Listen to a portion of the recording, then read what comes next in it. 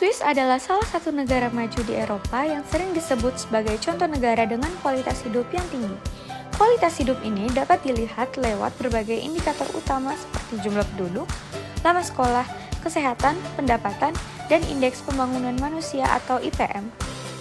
Kualitas dan kuantitas penduduk negara Swiss. Yang pertama ada jumlah penduduk. Swiss diperkirakan memiliki sekitar 9 juta jiwa pada tahun 2026 menurut proyeksi Worldometer. Mayoritas penduduk tinggal di daerah perkotaan, sekitar 74,6% dari total populasi. Usia median penduduk sekitar 43,2 tahun, menunjukkan struktur demografis yang relatif menua. Yang kedua, harapan hidup. Angka harapan hidup di Swiss berada sekitar 84 tahun, salah satu yang tertinggi di dunia menurut data demografi terbaru. Angka kematian bayi juga rendah, sekitar 3/1000 kelahiran hidup. Yang ketiga, pendidikan. Swiss menerapkan pendidikan wajib sekitar 11 tahun, dimulai sejak pendidikan dasar hingga menengah. Sistem pendidikan Swiss terkenal kuat, terutama pada pendidikan vokasi dan pelatihan kerja. Yang keempat, pendapatan.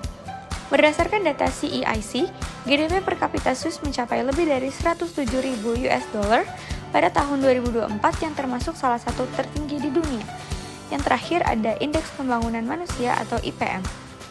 Swiss memiliki IPM sebesar 0,970 pada 2023 menurut laporan UNDP, menunjukkan kategori Very High Human Development. Ini menunjukkan bahwa Swiss berhasil menggabungkan harapan hidup panjang, pendidikan yang kuat, dan pendapatan yang tinggi dalam satu ukuran pembangunan manusia. Potensi sumber daya alam dan STEM. Pertama, kemampuan teknologi dan industri.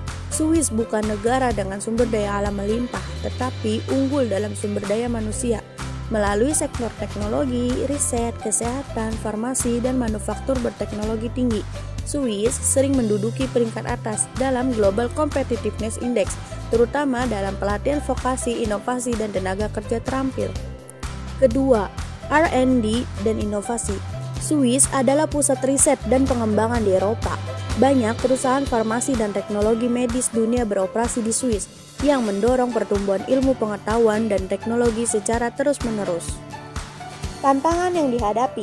Pertama, penuaan penduduk dengan usia median sebesar 43,2 tahun dan proporsi lansia yang meningkat. Swiss menghadapi tantangan pembiayaan sosial dan kesehatan untuk generasi yang menua. Kedua, pertumbuhan ekonomi.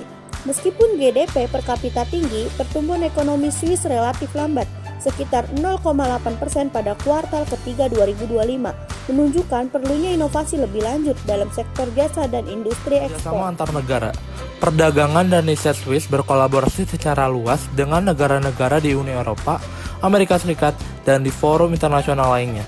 Untuk perdagangan bebas dan penelitian ilmiah, kerjasama ini membantu Swiss memperluas pasar ekspor dan memperkuat inovasi teknologi sekaligus menjaga stabilitas ekonomi jangka panjang. Swiss menunjukkan bahwa pembangunan yang kuat tidak hanya ditentukan oleh jumlah penduduk, tetapi lebih penting oleh kualitas sumber daya manusia.